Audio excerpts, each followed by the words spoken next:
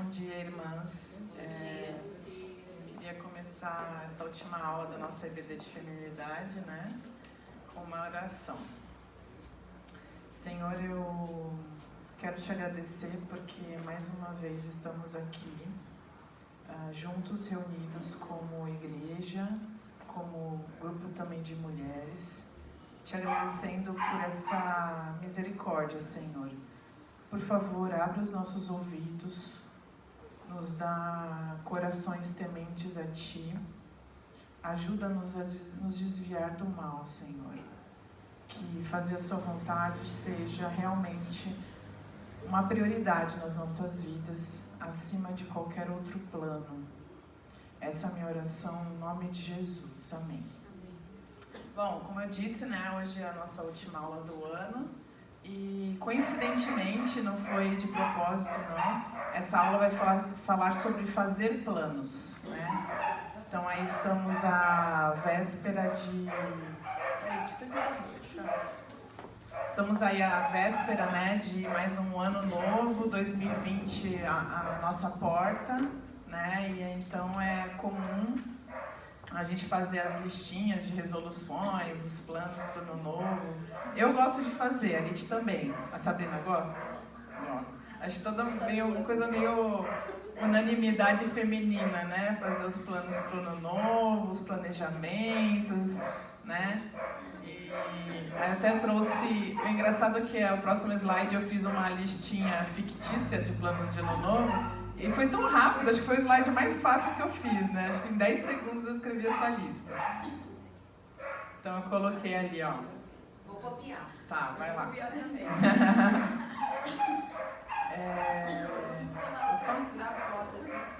Comer mais saudável, fazer atividades físicas, estudar uma nova língua. Aí para quem tem a oportunidade de estudar Libras no ano que vem, né? Começando uma classe nova. Fazer devocional diariamente, né? Devocional e oração. Evangelizar minha vizinha, evangelizar aquela amiga, aquela pessoa do trabalho. Conseguir aquela promoção tão desejada. Engajar-me naquele ministério, né? Se você ficou o ano inteiro, vai, não vai, vai, não vai, vai, não vai. Ai, não sei o que eu faço, não sei o que eu faço, não sei o que eu faço. Ministério XYZ. Começa a trabalhar. Vai lá e faz, né? Esses dias eu estava falando para alguém, que eu não lembro quem, que eu já fiz tanta coisa diferente na igreja, vocês não podem nem imaginar. Eu já fui secretária de EBD, então a gente tinha... chique, né? A igreja tinha várias classes, né? E o que tinha que fazer era... 18 anos eu tinha. Eu tinha que pegar os apagadores e as listas de chamada e levar em cada classe. Levar os apagadores, os giz, as listas de chamada. Então, já fui de ministério de intercessão. Então, já fiquei durante o culto orando. Aí a gente fazia assim, né? Cada pessoa do ministério ficava num canto da igreja, tipo uma pilastra da igreja. Aí a gente ficava orando ali, os atalaias, né? Já fui de ministério de teatro, já fiz várias peças da minha igreja também. Já, que mais que eu já fiz? Já fiz o Ministério de Projeção, retroprojetor na época, né? Que eu sou muito nova, né? Na época era só retroprojetor. Que mais? Já ajudei, eu e o Márcio, eu tinha 22 anos e a gente liderava uma congregação. Gente, eu paro pra pensar isso hoje, eu falei, quem foi o doido que mandou... Eu tinha 2 anos de convertida, e o Márcio tinha mais, né? Mas eu tinha 2 anos de convertida. Que namorava, eu falei, quem foi o pastor doido que mandou essas 2 pessoas liderar uma congregação? Gente, foi difícil mesmo. O que mais? Enfim, já liderei grupo pequeno na minha antiga igreja. Eu, né, na época não tinha, na igreja em si não tinha questão de mulher liderar grupo, então eu liderava. E sabe quem estava no meu grupo? Meu pastor titular, de 60 anos, eu era líder do grupo. Gente, cada coisa já que eu fiz. Mas então, se você está na dúvida em que ministério fazer, eu não sei o que me dá mais prazer, eu não sei mais o que tem a ver comigo, começa trabalhando. Às vezes você precisa dessa experiência justamente para conseguir visualizar o que tem a ver ou o que não tem a ver com você. Então não espere o ano novo trazer uma revelação super estrondosa, né? De vir um anjo, de trazer um bilhetinho, olha, você tem que trabalhar nesse ministério. Trabalhe, sirva, porque afinal o mais importante é servir a Deus. Então, embora onde quer que você esteja não seja o lugar perfeito do perfeito do perfeito, você vai estar servindo a Deus igualmente. Para quem chegou agora, a gente está falando sobre planos, né? E foi coincidentemente a última aula do ano falando sobre planos. Não foi planejado, né? Não foi planejado, mas é muito legal falar sobre isso hoje. Então é aqui, às vezes a gente faz, né, listas para o ano de 2020, comer saudável, fazer atividades físicas, estudar uma nova língua, fazer devocional diariamente, evangelizar minha vizinha, aquela promoção no trabalho, engajar-me no ministério, reorganizar minha rotina diária e arrumar aquele quarto da bagunça. Gente, quem não tem um lugarzinho de bagunça em casa, né? Para arrumar? Eu acho que essa vai ser a tarefa eterna nossa. Vai ter sempre aquela, ai meu Deus, aquela gaveta. Gente, eu tenho um problema com o meu guarda-roupa. O meu guarda-roupa ele tem vida própria, assim, ele acompanha meu estado de humor. Se eu tô bem, ele tá arrumado. Se eu tô mal, meu Deus do céu. Aquela coisa assim que... Aí eu fico 24 horas por dia pensando, meu Deus, se eu arrumar meu guarda-roupa, minha vida vai ficar mais arrumada. Certeza, certeza. Aí uma coisa vai puxando a outra. Enfim. Mas eu queria ver com vocês... hoje eu queria fazer dessa forma, a gente olhar vários textos bíblicos, né, com calma, meditando, prestando atenção nas palavras, né, que esses textos... Tá dando para enxergar bem? Se vocês estão mais profundo e quiserem ir para frente. Para a gente olhar esses textos bíblicos que falam sobre planos, né? Então a primeira pergunta é assim... Deus quer que a gente faça planos, né? Isso pode ser uma dúvida que a gente tenha. Porque afinal, a palavra de Deus diz que não importa o plano que a gente faça, né? A concretização está no poder, está nas mãos dele. Mas isso não nos exime ou não nos libera de não fazer planos, né? A gente precisa pensar na nossa vida, como que ela anda, nos nossos projetos, nas nossas prioridades, com o que a gente está gastando tempo ou não. E isso também é um padrão bíblico, fazer isso. Então vamos ler lá. Os planos, observem as palavras. Esses textos, você vai ver, a gente vai ver mais pra frente, ele tem muito paralelismo, muitos paralelismos. O que são paralelos bíblicos? Quando você faz aula de interpretação bíblica, né, interpretação bíblica mesmo, MEB, que é métodos de estudo bíblico. Um dos métodos de estudo bíblico é esse. Observe os paralelismos na Bíblia. Muitas vezes a Bíblia faz isso, ela coloca duas palavras contrapostas, né, de sentidos opostos. Então toda vez que isso acontece no texto bíblico, você para e pensa, olha, vou observar isso, né? Se a Bíblia está falando do bom e do mal, da seca e da chuva, da noite e do dia, da nuvem e do sol, alguma coisa o texto bíblico está querendo ressaltar, está querendo falar ali para a gente, né? Então esses textos eles têm esses paralelos, então vamos ler. Os planos, eu grifei em roxinho aqui os planos, tá? Os planos dos justos são retos, mas o conselho dos ímpios é enganoso. Os planos fracassam por falta de conselho, mas são bem-sucedidos quando há muitos conselheiros. Os planos bem elaborados levam à fartura, mas o apressado sempre acaba na miséria. Então, a gente tem aqui fartura e a gente tem miséria, né? O plano bem elaborado e o plano apressado. A gente tem aqui em cima o justo e o ímpio, né? O plano reto e o plano enganoso. Os conselhos na sequência aqui. Os conselhos são importantes para quem quiser fazer planos. E quem sai à guerra precisa de orientação.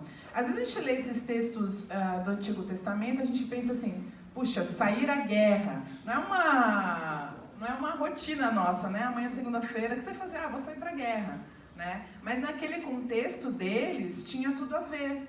Na verdade, no contexto do povo de Israel do Antigo Testamento, a guerra pode ser vista como o maior projeto que eles tinham de vida, por um determinado momento. Imagina o quanto que afetava todas as famílias, né? Os homens indo para a guerra, as mulheres ficando sozinhas, tendo que cuidar, talvez até da alimentação, da plantação, do gado, das crianças. A gente precisava de um planejamento. Né? Não é uma coisa que você faz assim, amanhã vamos juntar a galera aí, 10 mil soldados vão para a guerra. Imagino que não, né? O texto bíblico fala, olha, para sair para a guerra, os conselhos são importantes, porque você precisa fazer planos para sair para essa guerra, né? E interessante é que Deus é que ordenava o povo de Israel para sair para a guerra. Mas mesmo assim, mesmo sob uma ordem de Deus, ainda o plano era necessário, uma certa gerência, uma certa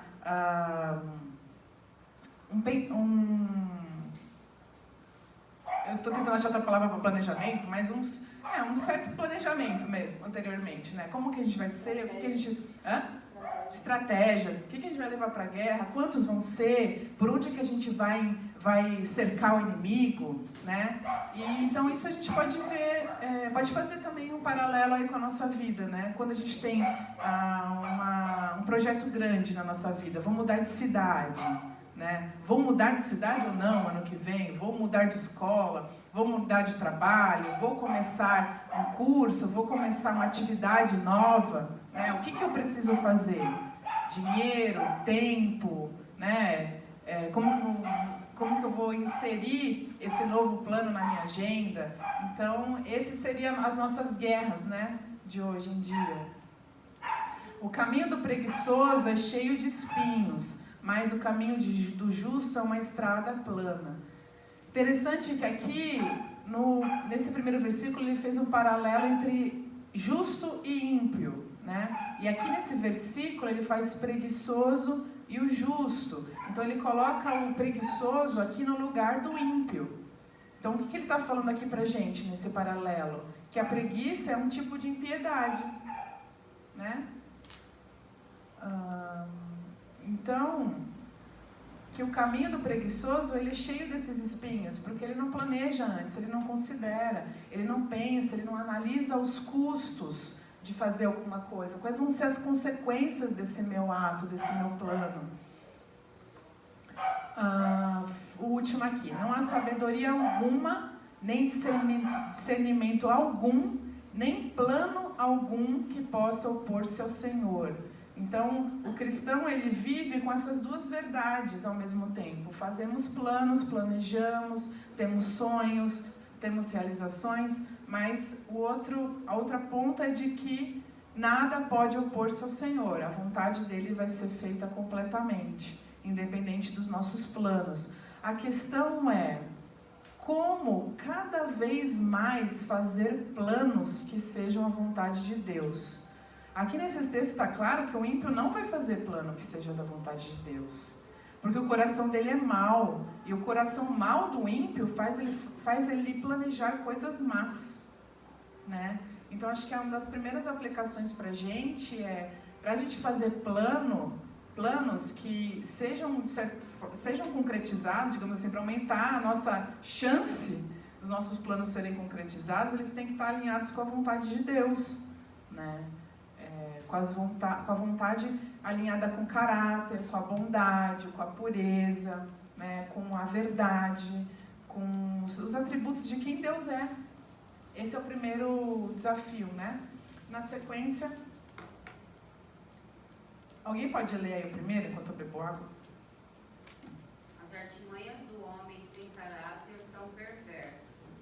Ele inventa planos maldosos para destruir com mentiras o pobre, mesmo quando a súplica deste é justa. Mas o homem nobre faz planos nobres, e graças aos seus feitos nobres, permanece firme. Esse é o texto que eu envio, né? A gente postou ontem no Instagram, para fazer a propaganda para essa aula, né? Sobre o coração nobre. E uma coisa que eu queria também ressaltar aqui, ele continua fazendo esses paralelismos, né? Ele fala aqui do homem sem caráter e depois o homem nobre, mais um paralelo aqui, né? Provérbios faz muito disso. E é um livro incrível para ler, já comentei com vocês que eu estou lendo esse ano. E ele faz esse paralelo aqui. E uma coisa que eu queria ressaltar é que aqui a gente está no contexto do Antigo Testamento, né? Então aqui ele não faz o paralelo, por exemplo, do judeu e não judeu. Ele poderia fazer isso, né? Concordam? Ele poderia falar assim, o judeu é assim, teme a Deus, etc. O não judeu, ele não teme a Deus, Mas não é isso que o texto bíblico faz. Ele fala do justo e do ímpio. Ele não fala exatamente ali do povo. E por que isso? Porque, na verdade, a pessoa poderia estar ali dentro do povo judeu, dentro do povo escolhido, e ser um ímpio. E isso que eu queria também falar para vocês essa manhã, meninas. Os ímpios, eles existem. E os justos também. Não é uma fantasia bíblica. Não é... Ele não está querendo dizer assim, olha, o ímpio, uma pessoa pode ser de manhã ímpia, fazer uma bondade e à noite justa. Ele não está falando isso. Ele não está falando que é uma mesma pessoa, em nenhum momento os textos bíblicos que eu li para vocês falam isso. De que a mesma pessoa pode ser justa e ímpia ao mesmo tempo. Na verdade, ele está falando de um perfil, de um traço de caráter. E a vida cristã é assim, ou você tem um caráter cristão, você está sendo formado no caráter de Cristo, ou você não está. Ou você é um ímpio, ou você é um justo. Não estou falando também que o justo não vai ter pecado em momento nenhum, não é isso, né? Não pregamos a perfeição, mas o texto bíblico ele é claro e a gente precisa ficar alerta para isso. Às vezes a gente acha que porque está dentro da igreja, a gente pode confiar plenamente. A Sabrina lembrou agora, e foi um texto também que eu compartilhei essa semana no meu Facebook pessoal, é o texto do joio e do trigo, né? Então é a representação do ímpio e do justo. Isso me traz, né? E deve nos trazer um temor, né? De olhar, a gente olhar para dentro de nós mesmos e pensar e avaliar isso. Então, o homem ímpio, ele não tem caráter. Ele inventa planos maldosos, porque aqueles planos fluem do coração mau que ele tem. Ele fala mentiras. O ímpio ele é mentiroso, compulsivo. Ele não consegue falar a verdade. As mentiras servem para as artimanhas dele. Ele quer manipular as pessoas, ele quer ser alguém que ele não é. Esse é o ímpio. E ele é injusto com o pobre, mesmo quando a súplica dele é justa. Então aqui dá a entender também que esse ímpio, nesse contexto, ele é um rico, né? Mas o homem nobre faz planos nobres. E graças aos seus feitos nobres, permanece firme. Irmãs, uma das coisas que a gente sempre tem tentado falar, e as meninas creio também aqui, é que não adianta nada a gente querer corrigir os nossos atos humanamente, né, com as nossas próprias forças, se o nosso coração não for transformado primeiro. O nosso coração tem que ser nobre, para que os nossos atos sejam nobres. E a gente só consegue isso indo para a cruz, buscando o único que é perfeito e 100% nobre, 100% bom. A Bíblia diz que não há um justo, que em outra passagem... pergunta até para Jesus, né? Falam para Jesus, bom mestre, e ele responde, só existe um bom, que é Deus. Não que ele não seja bom, não que ele não seja Deus, mas ele estava querendo falar ali, ensinar alguma coisa ali naquele momento, né? Então, a gente tem que recorrer a Deus, para que Deus faça essa transformação no nosso coração, para que a gente tenha um coração nobre, né? Em sua presunção, o ímpio não o busca, que é não busca Deus, né? Não há lugar para Deus em nenhum dos seus planos. Aí fica a minha pergunta pra gente, né? A gente tem buscado a Deus, considerado a opinião de Deus nos nossos planos? Será que esse meu plano aqui é da vontade de Deus? Né? Muitas vezes as respostas são fáceis, né? Você pergunta assim para Deus: Deus, é da sua vontade que eu trabalhe no ministério aqui? Pronto, sua resposta já está respondida, né? Deus já ordenou para a gente servir, né, uns aos outros, que nós somos um corpo. Mas tem outras perguntas que são mais difíceis de responder, né? E o texto bíblico fala: busquem conselheiros, né? Os textos que a gente leu no slide anterior falam sobre os conselheiros. Por isso que a comunidade é importante nesse processo de adquirir sabedoria, né? Tu rejeitas todos os que se desviam dos teus decretos. Decretos aqui é a palavra de Deus. Pois os seus planos enganosos são inúteis. Mais uma vez aqui, planos enganosos aparecendo. Eles são inúteis, ou seja, não tem proveito para nada. O que a Bíblia diz que há proveito? Qual que é a coisa de maior proveito que a Bíblia diz que a gente tem que buscar? O reino de Deus. Sim, e a piedade, né? Tem um versículo da Bíblia que diz que a piedade é de muito bom proveito, né? Que também tem a ver com buscar Deus, com buscar o reino de Deus. A piedade é ser mais parecidas, né, com Cristo, buscar ter o coração nobre que Ele teve, né? Tramam a injustiça e dizem: fizemos um plano perfeito, a mente e o coração de cada um deles o encobrem. Então essas pessoas ímpias, elas fazem planos de maldade, planos de manipulação, planos de mentira, planos de roubo, de perversidade, de abuso de outros. A mente e o coração deles o encobrem. Então aqui nesse texto ele fala de várias pessoas se unindo para esses planos maus, juntos, querendo cercar o justo de surpresa, né? E até na sequência do texto Deus diz que essas pessoas vão ser punidas, né, por causa dessas impiedades. Mas logo se esqueceram do que ele tinha feito e não esperaram para saber o seu plano. Esse é um dos textos os versículos que eu mais gosto da Bíblia. Ele assim, isolado, não dá para entender o que está acontecendo, mas aqui fala logo depois que Deus tirou o povo de Israel do Egito, que abriu o Mar Vermelho, eles passaram, e logo que eles passaram, você lembra o que eles começaram a fazer? Murmurar. Porque faltou... O rapaz veio entregar água. Logo que o... Foi bem agora, ó, apareceu água. Eles passaram, aí não tinha comida, não tinha água, e logo começaram a murmurar. Aí o texto, né, o narrador do texto fala isso. Eles se esqueceram do que Deus tinha feito tão rapidamente. Eles esqueceram do milagre. Você pensa bem, um Deus que abriu o mar, não ia dar comida, não ia dar água, não ia dar alimento para eles. O que era, né, dar a provisão comparado a abrir o mar, né? Então o texto fala que eles logo se esqueceram do que Deus tinha feito e não esperaram para saber o seu plano. Eu fico pensando, quantas vezes eu não espero para saber qual é o plano de Deus? Eu faço o meu plano não é realizado, eu frustro, eu choro, eu reclamo, eu murmuro, eu me sinto pena de mim mesma, faço um monte de coisa. Mas a gente deveria pensar assim, qual é o plano de Deus? Né? O meu plano foi esse aqui, que já dá para ver que não era o oficial, que era para acontecer, né? Porque foi frustrado. Mas qual que é o plano de Deus?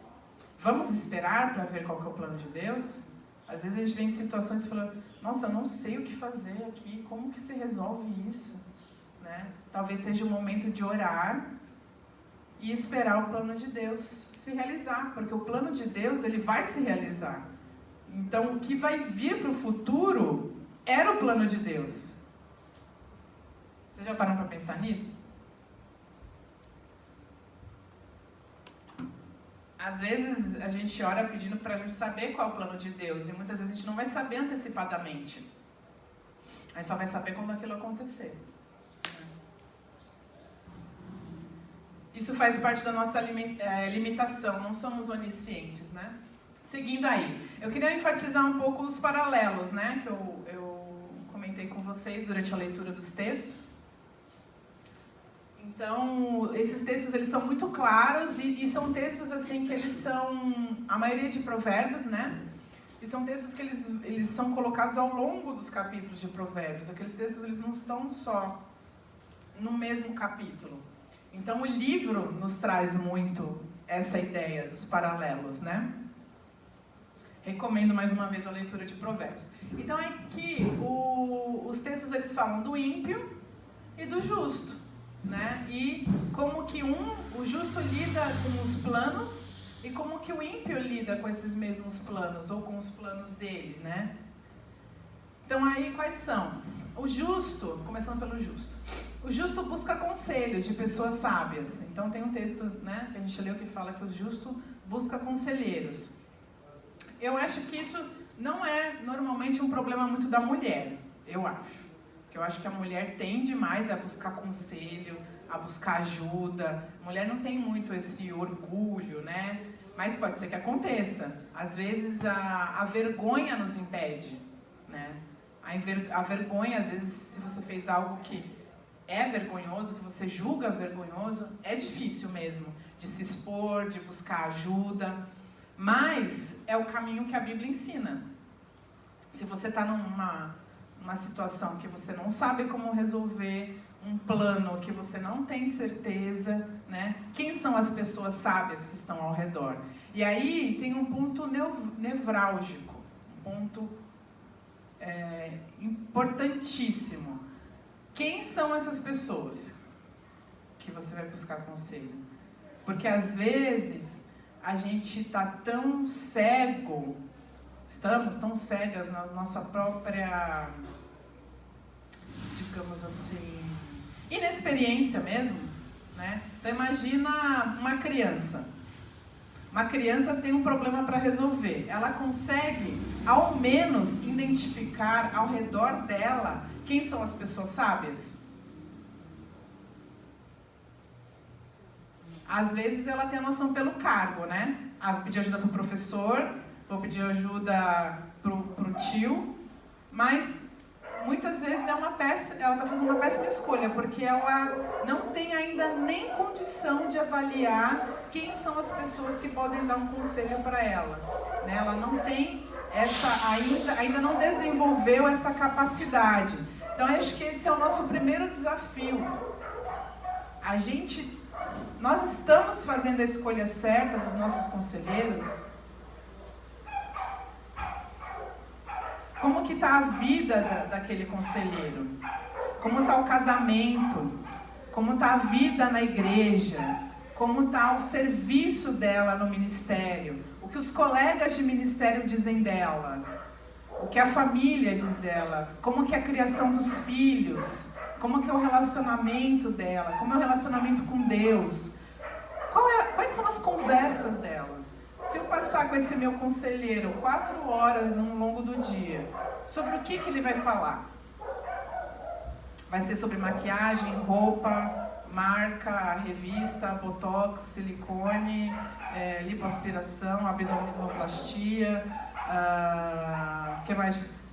Qual a cor do cabelo, limpeza facial, harmonização facial, como é que é? Quem é meu personal trainer, né?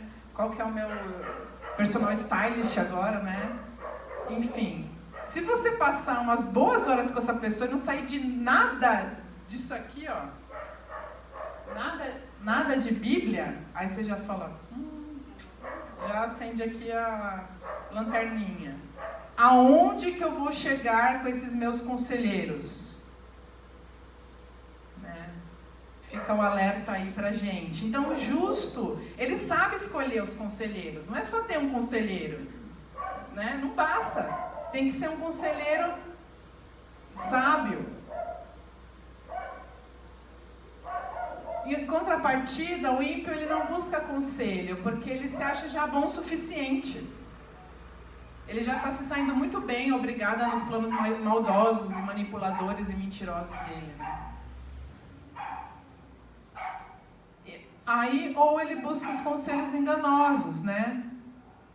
Aquele conselho que você vai pensar, vai falar, ai, meu marido faz isso. Ai, menina, bota ele numa greve, né? Dá lá um chá de cadeira dele de 7 dias, você vai ver se não vai resolver rapidinho esse problema dele, né? A gente ri, mas esses conselhos existem, né? Não é piada engraçada aqui, mas na vida real pode ser bem trágico, né? Tati. Oi. Pensando também nessa questão da busca dos conselheiros, também a gente tem que fazer essa autoanálise, porque às vezes acontece o quê? Eu não quero não estou pensando simplesmente nos meus planos, eu quero simplesmente satisfazer meu desejo. Uhum. Então, ao invés de querer um conselho, eu quero só um aval de alguém para saciar esse meu desejo. Uhum. E isso eu já até cheguei a falar com uma pessoa, você não está conversando comigo para saber um conselho, você quer só que eu te avalie, te valide naquilo que você está querendo, porque a partir do momento que a gente fala assim, não, vai, faz, você vai fazer o que você quer em cima do nosso aval. Uhum. Então a gente também tem que ter essa autoanálise de qual será esse meu plano, que isso que distingue o ímpio do justo, né? Uma atitude ímpia de uma atitude de um justo. Sim. Será que esse meu plano não é só para me satisfazer e o que eu quero é só a aprovação? Uhum. Será que eu estou aberta a ouvir um conselho dizendo não faça? Para o pessoal do vídeo que não ouviu, a Sabrina falou que muitas vezes as pessoas buscam conselhos não porque estão interessadas na possibilidade de mudar os planos, né? Mas porque elas querem apenas alguém que corrobore para aquele plano, alguém que dê a sua aprovação, o seu aval, o seu aceite, para que ela continue com aquele plano. E muito provavelmente, se ela receber a negativa, aí vai ter uma mini guerra ali, vai ter um problema entre as duas pessoas. Mas uma coisa que eu vejo é que esse tipo de pessoa, de certa forma, que nem o texto fala de pessoas que armam armadilhas, que colocam armadilhas, não deixa de ser uma armadilha para o conselheiro, de certa forma. Né? Porque ele está colocando ali, tentando te manipular, porque normalmente essa pessoa, ela busca conselho já assim, então Sabrina, você não acha que eu tô certa? Porque aquela situação não tinha como eu agir diferente, olha o que ele fez comigo, olha o que o meu marido fez, tá certo, uns 7 dias de gancho lá, vai resolver o problema, você vai ver, você não acha? Ah, a Sabrina fala, não acho. Ah, é porque você não é casada, né, Sabrina? Normalmente quem é manipulador assim, quando não recebe a resposta certa, ela invalida o conselheiro. Ela anula o conselheiro para seguir o coração dela. Isso aí não é nada mais do que um ímpio em ação, gente. Né? Então, assim, isso serve de lição pra gente. Qual é a nossa postura mediante a buscar o conselho? A gente está querendo saber mesmo o conselho? Né? A gente está disposto a mudar o nosso plano por causa da opinião de outra pessoa? Né? Isso também exige muita maturidade, né? Muito o abrir mão da nossa própria vontade mesmo, humildade, né? Cristã. E ontem esses dias eu estava conversando com uma amiga e ela falou justamente isso, que ela é líder num seminário, e ela falou assim, Tati, eu cuido de muitas pessoas, né? E, tipo, isso é meio que o drama da mulher de pastor, né? Eu cuido de muitas pessoas, mas geralmente ninguém cuida de mim.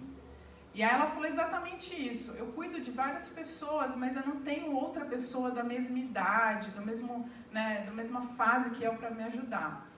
Aí ela falou que ela começou a estreitar a amizade com uma pessoa, uma líder também do seminário lá do grupo, e ela falou assim, Tati, só que aconteceu, ela começou a dar opinião na minha vida, e eu comecei a ficar meio, putz. Aí, só que era uma coisa que ela estava orando por isso. Ela falou assim, não, você orou por isso, agora segura o tranco, né? Ouve, analisa, ora diante de Deus, tem essa humildade mesmo de ouvir a crítica, né? E eu acho que o campo que floresce nesse tipo de contexto é o amor. Se você percebe que você está sendo amada, por mais que você ache a crítica do outro injusta, ou exagerada, ou incorreta, vocês vão conseguir seguir com aquele relacionamento em paz, porque está baseada no amor de Cristo, né? O outro também pode estar errado na opinião e no conselho dele. E isso eu costumo pensar que isso daí é pra gente muito madura, né? Você conseguir lidar com esse tipo de situação. Não é fácil, não. Mas a gente chega lá. Não é parado que a gente chega lá. Certo? É caminhando. Não é rejeitando todas as opiniões que a gente vai chegar na maturidade de aceitar uma opinião contrária, analisar de forma adulta e madura e falar assim, não, isso aqui eu vou pegar pra mim e eu vou seguir em frente porque está de acordo com a Bíblia. Não, isso daqui vou deixar aqui de lado, não me pertence e vou seguir em frente, né? Bom, seguindo o paralelo aqui, o ímpio, como a gente falou bastante, ele tem plano perverso, né? Então, como é que a gente vai fazer um plano para 2020 lindo, maravilhoso, se o nosso coração está buscando coisas más? Mas o justo, ele busca planos retos, né? E aqui a gente não estou falando necessariamente de que o plano reto não é um plano para a gente, individual. Porque você pode pensar assim, às vezes, acho que na igreja a gente tem um pouco dessa tendência, de tudo que parece que é pra gente é ruim. Não necessariamente. Um plano reto pode ser um plano de um estudo, eu vou fazer um curso, vou investir no meu desenvolvimento. Isso não é mal, né? O mal é você fazer isso a qualquer preço, passando por cima de pessoas, menosprezando outros, né? Ou você só ter planos para você pegar sua listinha de 2020 aqui. Eu ficar magra, eu comer bem, eu estudar, eu. Isso também não é o equilíbrio esperado, né, de um cristão. A gente precisa servir o outro, cuidar, né, de nós, cuidar da nossa família. Esse é o saudável. Então, os planos retos, justos. O ímpio, ele é impetuoso. Vamos pelo justo, eu gosto de começar pelo justo. Justo. Ele é prudente. Aquela pessoa que calcula antes. Eu vou fazer isso aqui, eu vou comprar um carro, mas eu tenho dinheiro?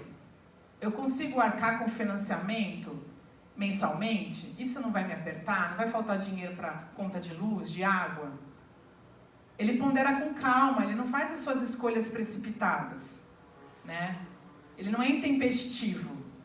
Ele considera, ele analisa, ele pensa nos riscos, nas consequências daquele risco se realizar. Isso só que acontecer. E se eu perder o emprego, o que vai acontecer? Né? E ele pondera também se aquela decisão tem a ver com a palavra de Deus ou não, né? Mas o ímpio não, ele é impetuoso, ele vamos resolver logo isso aqui, não aguento esperar, não aguento fazer 18 anos, não, porque eu quero fazer 18 anos logo, eu quero sair da casa dos meus pais, que isso, que aquilo, é um ansioso, eu sou assim, só de olhar para a pessoa, eu falei, já tô aqui passando mal aqui já, só de olhar para essa pessoa falando desesperadamente de tudo que vai fazer, né? Aí eu costumo olhar e falar assim, vai fazer nada disso. Eu conto ou você conta? Então ele é apressado, ele é ansioso. Então a gente fica pensando quais decisões, quais planos a gente tem feito dessa forma na nossa vida, né? O justo, ele tem um coração nobre, altruísta. O que é esse palavrão aqui? Altruísta é o contrário de egoísta. Então ele não é egoísta, ele pensa no outro também para fazer esse plano, né? Então, por exemplo, esses dias uma colega de trabalho estava falando que o marido entrou para uma banda. Eles não frequentam nenhuma igreja, então tem o domingo disponível. Só que aí ele está passando o domingo inteiro ensaiando com a banda. Aí a gente estava conversando exatamente sobre isso. As decisões do outro ou a sua vão influenciar no seu esposo, no seu pai, na sua mãe, a gestão do tempo, o que você vai se dedicar ou não afeta só você, né? Então, os planos do ímpio é egoísta, arrogante. Não, eu posso, eu quero. Eu posso, eu quero, eu vou fazer, eu vou ter, eu vou ganhar, eu vou conseguir, né? E o coração nobre já falou. E os justos, planos bem elaborados, né? Claro que aqui, gente, cada um vai ter seu estilo próprio de fazer plano. E eu não trouxe para você nenhum modelinho, né? Nenhuma estratégia. Não, faça assim, faça assado. Se você procurar no Google, vai ter 300 milhões de dicas de como você planejar alguma coisa para 2020. Mas não necessariamente todo mundo vai planejar da mesma forma, né? Igual. Mas é um plano elaborado. Ele tem essas análises, essas premissas que eu falei aqui, é da vontade de Deus, eu tenho condição financeira para isso, eu não tenho, eu posso dispor desse tempo a mais para fazer isso, eu não posso, quem vai ser prejudicado com essa decisão? Meus filhos, meu marido, meus pais, minha mãe, meu trabalho, né? Eu vou aceitar aquela promoção, mas quanto que eu vou ter que trabalhar mais? Esse tipo de coisa. E o plano do ímpio é de preguiça. Ai, não. Ai, que preguiça de fazer esse plano aqui. Né? Ou ele é precipitado. Na verdade, normalmente as duas coisas. Por ele ser preguiçoso, ele se precipita. Né? E por ser ansioso, faz logo. Segue o barco, vamos decidir isso aqui logo e pronto. E o justo, qual é a consequência de tudo isso? Né? E a Bíblia é bem clara sobre isso. O justo vai ter fartura. E é um princípio bíblico claro disso, de quanto mais eu dou, mais eu ofereço, Deus vai dar provisão, Deus vai cuidar, Deus vai abençoar, né? Não que o justo também não passe dificuldade, não passe necessidade, mas com certeza a forma como que o justo passa uma necessidade é totalmente diferente da do ímpio. Normalmente o ímpio passa necessidade por quê? Consequência do mal que ele fez, das mentiras, né, dos abusos, seja consigo mesmo, com o outro, da imprudência dele, da preguiça dele, né? Tinha marcado aqui um texto. Até que horas? Nossa, eu tinha marcado aqui. Fugiu.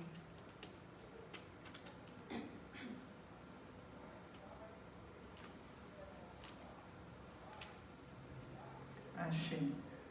Provérbios 6. Vai ter qual formiga o preguiçoso, considera seus caminhos e ser sábio. Não tendo ela chefe, nem oficial, nem comandante, no estio prepara o seu pão, na cega ajunta o seu mantimento. O estio é aquele período que não tem colheita, né? Se eu não estou enganada. Então, no estio ela tem pão, porque ela guardou a farinha, o material, o insumo para fazer o pão. Porque na cega ela juntou esse mantimento. Então, o ímpio, ele é o contrário, ele não vai juntar esse mantimento, o mantimento na época da cega. Ele vai gastar tudo, né? Então, o ímpio, ele vai sofrer com a falta de imprudência dele, né? Falta de imprudência não, né? Falta de prudência. Bom, aí nisso a gente dá um pulinho agora para o Novo Testamento e vamos falar de Tiago.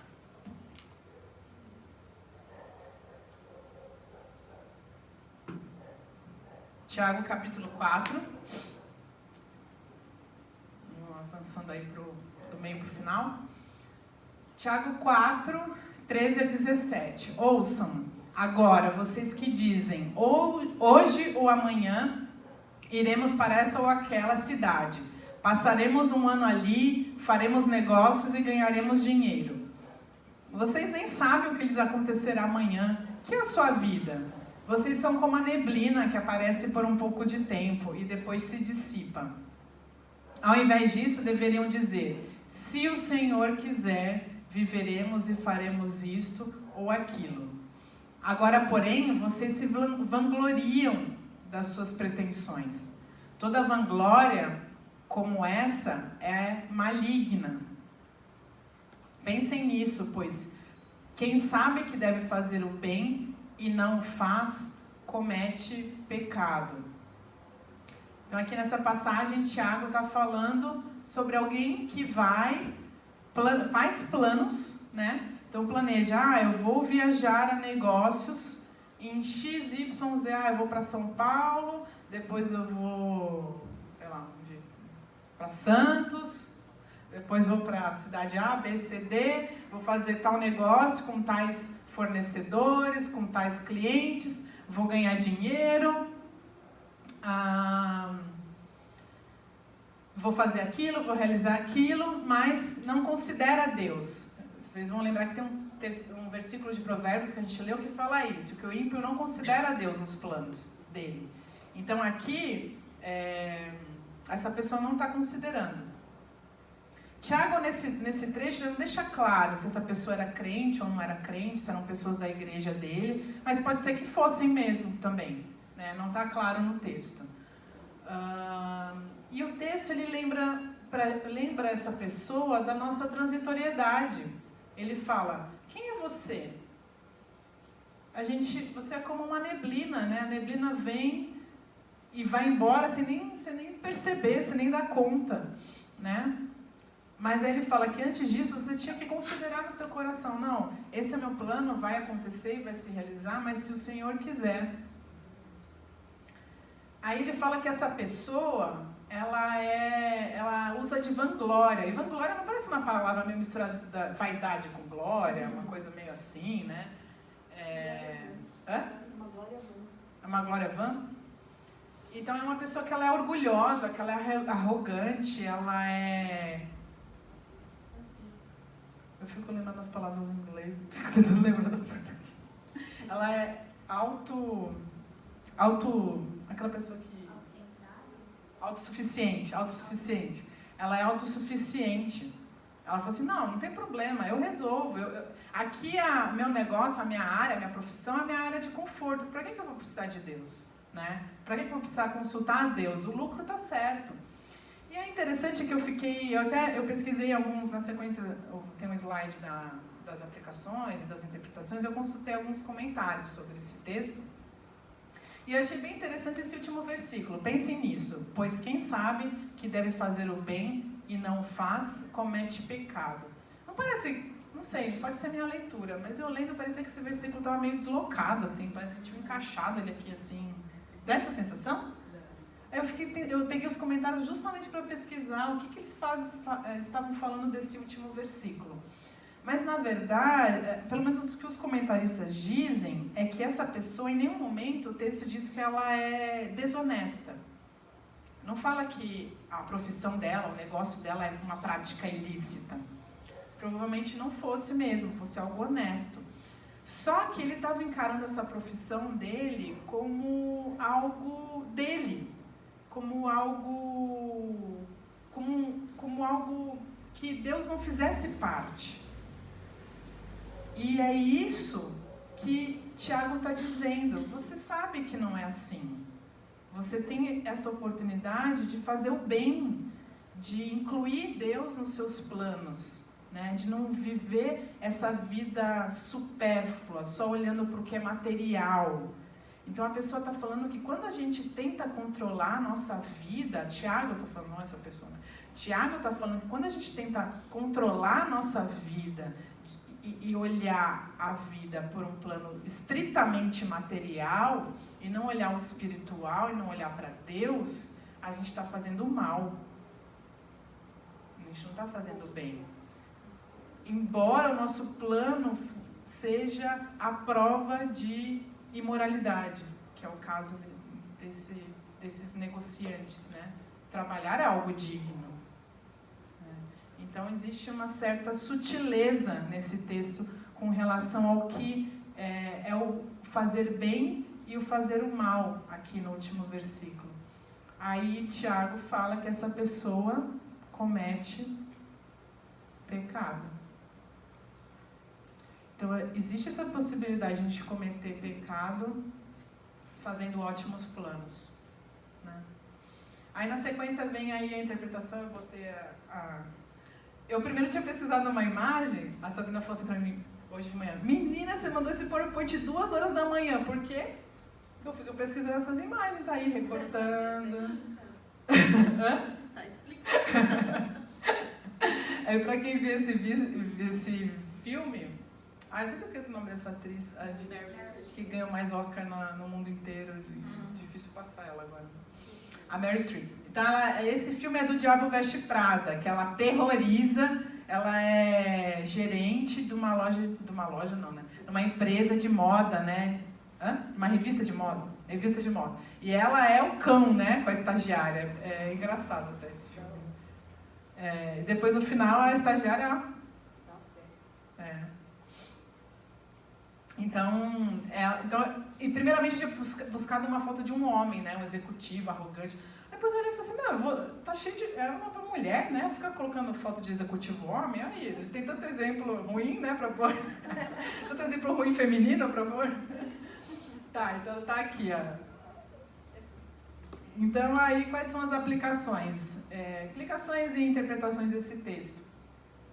Essas pessoas de negócio, elas estão, que Tiago se refere, elas desconsideram Deus no seu estilo de vida e no seu planejamento de vida.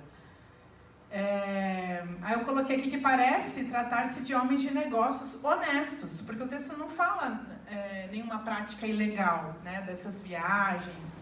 Não tá falando que ele está indo viajar para fazer, sei lá, para roubar, para enganar, para adulterar com outra pessoa, nada disso. Estão indo a princípio para ganhar seu pão honesto. Mas eles planejavam essas viagens confiando em si mesmos. Eles eram vaidosos, orgulhosos, presunçosos e arrogantes, né? Eram mundanos, pois consideravam só o material. Então eles viviam nesse mundo aqui, né? Do concreto, do apalpável, e desconsideravam Deus.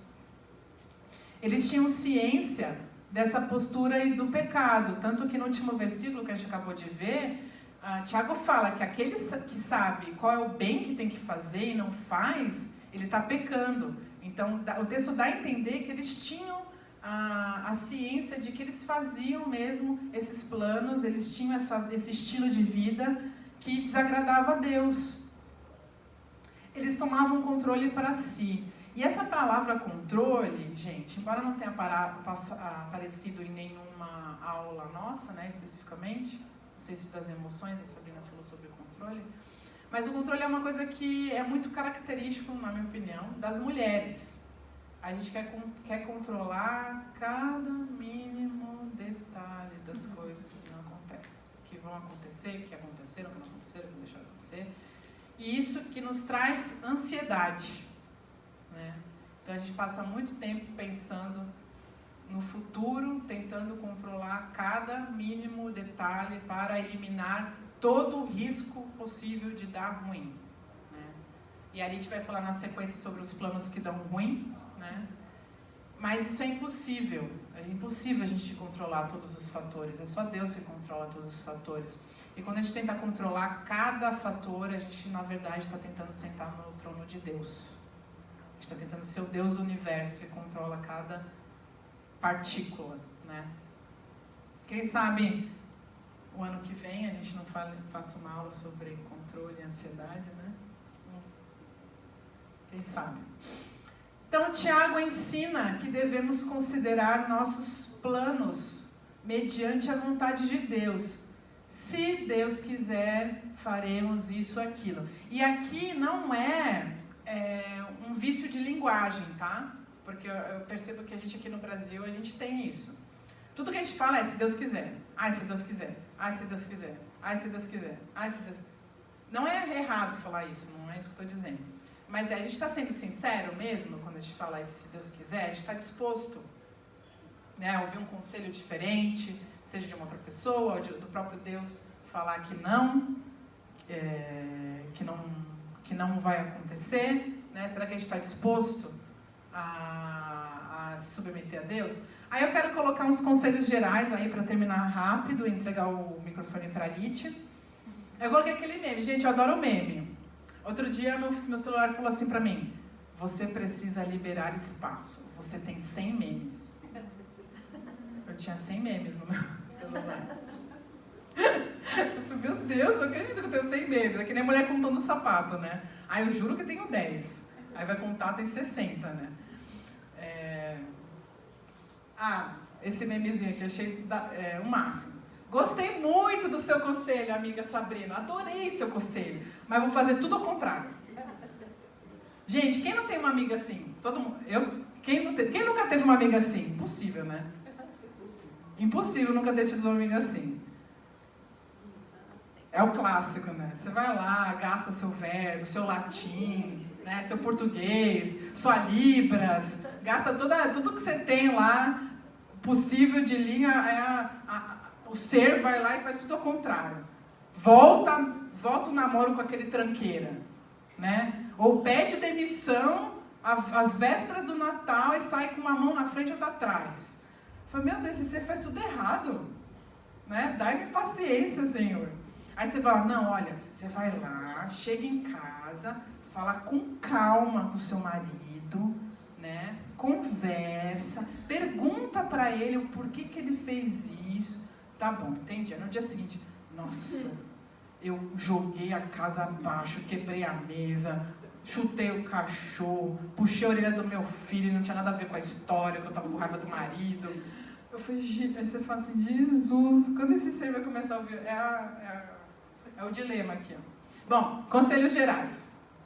Estabeleça alvos concretos. Se você não tiver exatamente definido onde você quer chegar, vai ser difícil você depois avaliar o que você tinha como plano, né? Eu quero emagrecer. Pronto. Aí termina aí o plano. Aí não rola, né? Se você não fizer ir no supermercado, comprar alimento diferente, ir talvez numa nutricionista, fazer um plano, etc. Isso não vai chegar em lugar nenhum. Liste as habilidades necessárias para atingi-los e como desenvolvê-las. Então, por exemplo, eu quero casar. Eu quero casar, mas não sei lavar roupa, não sei lavar banheiro, não sei fazer isso, não sei fazer... Parecia eu quando casei, não sei fazer nada. No primeiro dia eu liguei para minha mãe, mãe, como lavo o banheiro? Como limpa o banheiro? Você aprende, mas vai ser mais sofrido. Então é melhor, se você tem esse plano, né, de querer casar, comece hoje. Cozinhar, lavar, passar, né? Aí você não vai chegar no casamento perdida que nem eu. Busque conselhos de pessoas mais velhas e sábias. Isso a gente falou bastante, né? Aprenda a gerenciar melhor seu dinheiro. Estabeleça limites para os supérfluos. Não gaste todo o seu dinheiro com porcaria, né? Ou com roupa, ou com sapato, ou com maquiagem, ou com produto do cabelo. Cuidado, não é como o cartão de crédito, é cuidado com o cartão de crédito. Poupe dinheiro, né? Nem que seja, sei lá, 20 reais por mês. Guarde dinheiro. Relações interpessoais. Tenha paciência e treine sua capacidade de lidar com conflitos. Gente, conflito em relacionamento é fato, não é hipótese, tá? Vai acontecer. A questão não é isso. Vai acontecer, mas como que você vai lidar com isso? Como que você vai ter a maturidade, né, para lidar com essa situação? Passou? Hoje, haja com ética no trabalho, cumpra sua função com responsabilidade, integridade, respeito aos superiores e colegas, fuja de fofocas e maledicências, fale a verdade. Não adianta nada você conseguir aquela promoção no trabalho se depois você estraga tudo. Não cumpre com as suas responsabilidades, não é íntegro, não tem respeito pelos superiores, os colegas, etc. Aprenda como gerenciar um lar, como eu falei, cozinhar, lavar, passar, etc. Faça o plano A, mas faça o plano B. Treine sua habilidade a responder rapidamente a planos frustrados.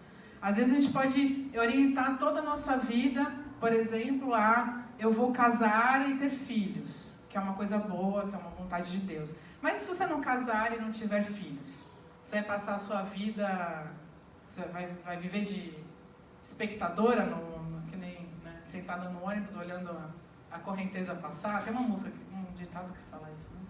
Ficar parado vendo a correnteza passar? Não. Você vai trabalhar, você vai estudar, você vai servir na igreja.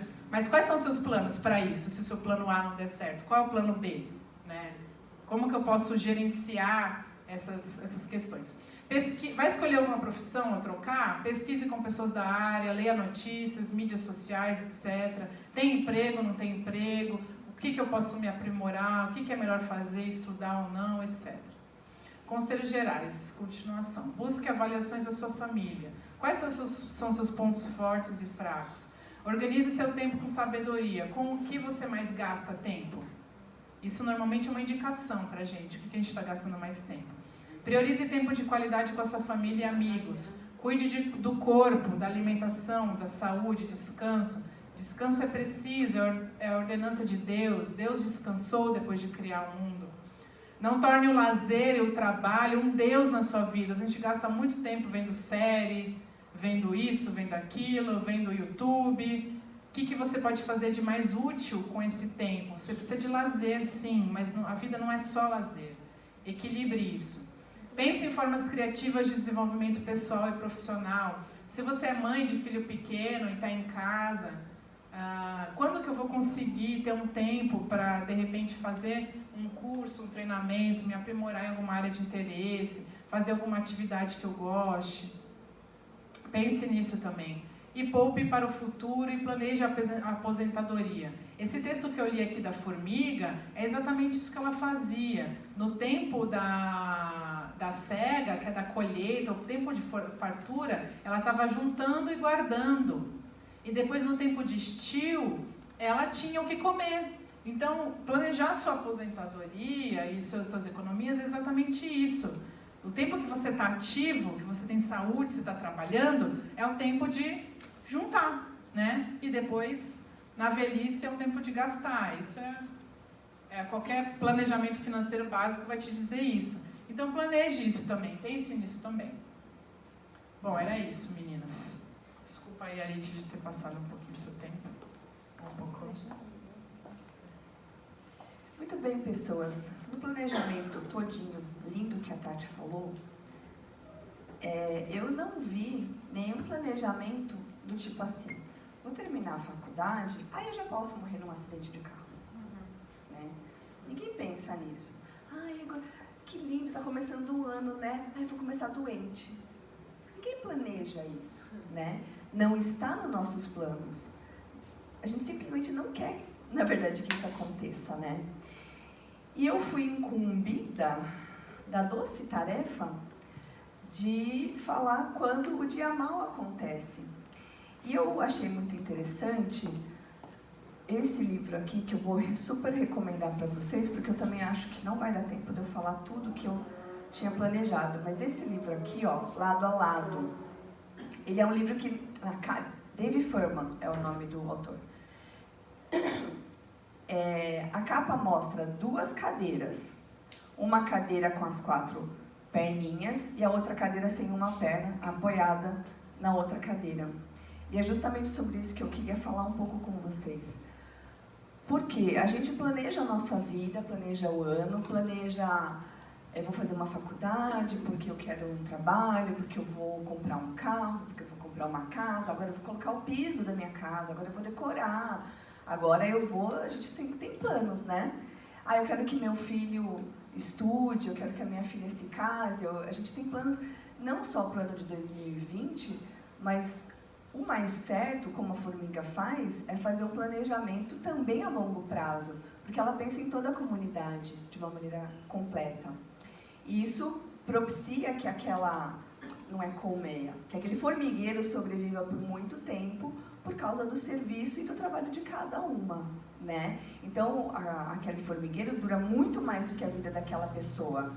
E nós vamos durar mais do que a nossa existência, através dos filhos e através das pessoas com quem nós nos relacionamos, né? Lembra que eu comentei sobre a mulher virtuosa, que ela não tinha noção do quanto a vida dela impactou já na história da humanidade, o quanto ela ainda fala com a gente.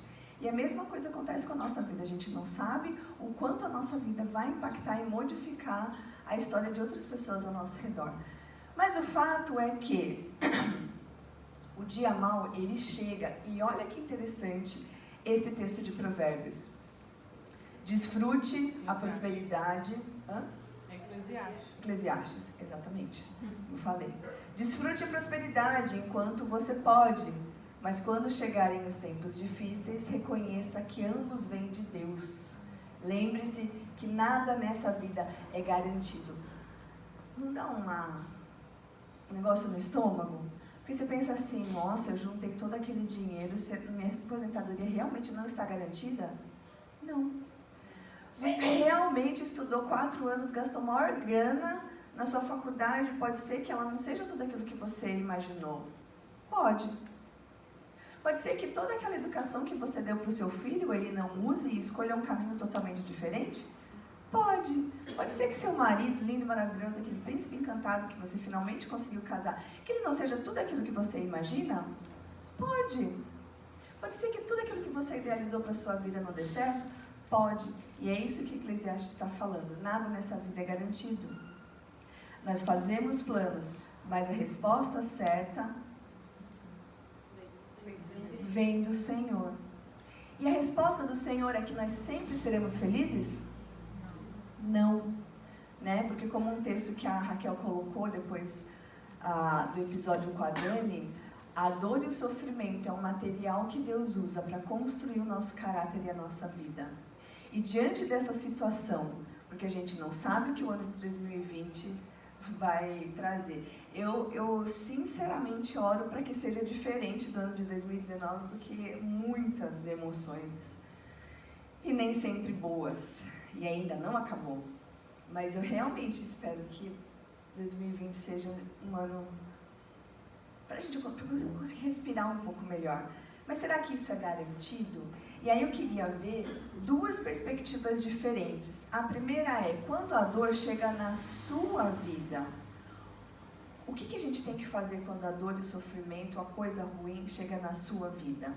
E aí depois eu quero pensar, né, porque você talvez é aquela cadeira que está sem pé, quase caindo, da capa do livro. Mas eu também quero pensar, e quando a dor chega nas pessoas ao seu redor, o que você vai fazer? O que você pode fazer? O que você, né? Uma das primeiras coisas que ele fala é aceitar a perda. A perda da sua saúde, a perda dos seus planos, a perda do seu tempo, a perda do seu dinheiro. Porque imagina que você recebe um diagnóstico ruim e você não aceita esse diagnóstico, vai mudar alguma coisa? Não. Isso é mais uma luta que você tem. E eu achei muito interessante, Deus faz umas coisas muito interessantes, né? Porque a época que eu comecei a ler sobre esse livro, eu estava com aquelas dores no tornozelo, lembra? Que eu estava com uma dor no tornozelo, que aí foi passeando e tudo. E no final das contas, até o presente momento, o meu diagnóstico é, eu tenho dor crônica. E eu perguntei, entendi, doutor, tenho dor crônica, né? Como que eu curo? Ele falou, não cura. É tipo crônico 2 meses? Não, é tipo crônico para a vida inteira, para o resto da vida. Então, assim, eu tive isso como uma resposta de Deus, né? Porque, e agora? E agora você vai dançar conforme a música e às vezes você não vai dançar, você vai ficar sentada com o pé para cima? Simples assim. Mas será que é assim tão simples assim? Não, porque a vida continua. A gente tem as nossas perdas e a vida continua. O chão continua sujo, as crianças precisam de ajuda, o almoço precisa ser feito. E agora você desse jeito, o que você faz? Você vai perder de fazer certas coisas. Simplesmente. Porque, e se eu lutar e não aceitar e brigar? É mais uma luta interna. Nada é realmente garantido. E uma das coisas que esse livro fala, e aí é um daqueles mitos da nossa sociedade que espera que a gente seja feliz em todos os momentos, é você precisa ser forte. Será que a gente precisa ser forte? Não. A gente precisa chorar. Porque olha só, aqui a gente tem em 1 Samuel o exemplo de que eles choraram durante 7 dias a morte de... Agora eu não lembro. Alguém abre para mim, por favor? Olha só, esse luto da perda de uma pessoa que você ama, de uma pessoa importante, é muito interessante isso, porque quem estuda o comportamento humano diz que o luto é um processo, você passa por fases. Muito bem, você vai pular essas fases? Não é saudável. Esse texto diz que eles choraram por 7 dias. Deuteronômio 34 diz que Israel, o povo de Israel, chorou a morte de Moisés durante 30 dias. Sabe, colocar luto, jogar terra na cabeça e chorar, chorar, chorar. E tem momentos no Antigo Testamento, e também lembra das filhas de Jairo? As pessoas choravam em voz alta. Não é assim. Foi Saul e os filhos.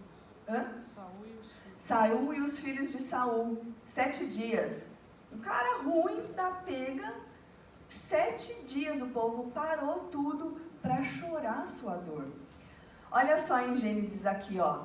Gênesis lá no finalzinho da época do pessoal do povo de Deus lá no Egito, quando eles estão para sair já com José, diz que os egípcios choraram 70 dias porque Jacó, o pai de José, morreu.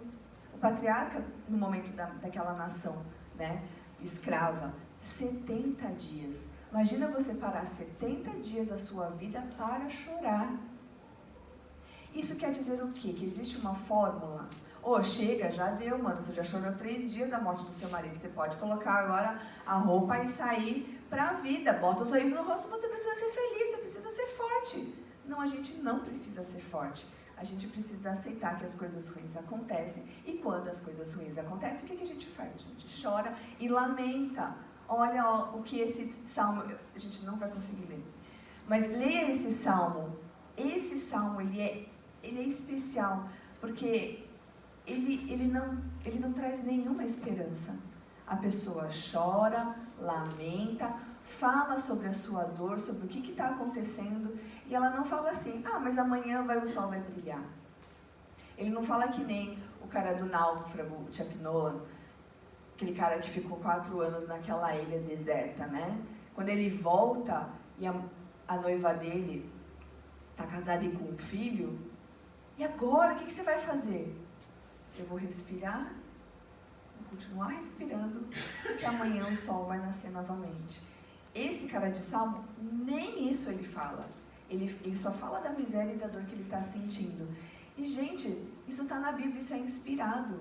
Então, você falar da sua dor, da sua tristeza, do que você está sentindo, não é ingratidão com Deus, porque Ele já te salvou e te colocou no céu, o seu passaporte está carimbado. Isso é parte da humanidade. Isso é parte da cura e do tratamento e das fases que você tem que passar quando alguma coisa acontece de ruim. E aqui eu queria lembrar dessas situações, né? Por que a dor ela é importante?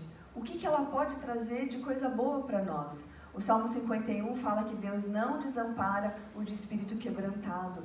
Lá em Pedro ele fala que a pessoa com um coração humilde e quebrantado, Deus acolhe, mas aquela pessoa orgulhosa, presunçosa, que está sempre certa, que não ouve ninguém, como aquela pessoa do mal, dos planos que a Tati falou, Deus se opõe a essa pessoa, né? E olha só, além do Salmo 39 ser também um salmo lindo, que fala também da dor que esse salmista está passando, a gente tem que lembrar que se a dor realmente é uma coisa que Deus não quer que a gente passe, por que Jesus sofreu dor física, traição, perseguição? Ele foi negado, rejeitado pelos seus amigos, ele foi cuspido, ele sofreu complô, sofreu tramóias e pessoas más ao seu redor. Em todo momento do seu ministério, Judas estava lá junto com ele. E ele já sabia que Judas iria ser o traidor. Ele já sabia que Pedro iria negar. E ele já sabia que todos abandonariam ele no momento de maior dor e tristeza. Mas mesmo assim ele foi até o final e sofreu o abandono e no final morreu. Se Jesus passou por tudo isso, por que eu não posso sofrer? Será que eu sou melhor do que Jesus, que vou passar ilesa nessa vida, sem ninguém querer puxar meu tapete, sem ninguém falar mal de mim, sem eu ser nunca tratada com injustiça, não existe isso, gente. Isso é um mundo de fantasias, de mentira que contaram pra gente. A vida real tem tudo isso e mais um pouco. E mais um pouco você pode pensar nas suas dores, nas suas lutas. E olha só o que a Bíblia fala sobre nós que choramos e que sofremos. Nós somos bem-aventurados porque temos a esperança de que Deus vai nos consolar. E essa é a grande questão. Essa é a nossa única esperança, essa é a única coisa garantida nessa vida, que Jesus vai estar com os seus filhos e nunca vai abandonar. E um dia vai chegar esse consolo pleno e absoluto, ainda que no vale da sombra da morte o cajado e a vara de Deus estejam junto com a gente. E isso é um motivo de bastante alegria, porque a gente percebe que Deus é maior do que a nossa dor, e a nossa dor não define quem nós somos, as nossas perdas, as nossas tristezas, né? E aí então a gente pode chegar na outra parte, que é a parte mais importante, assim, mais interessante, porque às vezes uma grande dor não acomete você apenas, né? Para ajudar, eu já acordei com torcicolo, então eu tô assim meio robótica por causa disso. É melhor deixar ela em cima? Tô com medo dela cair. Vou tentar.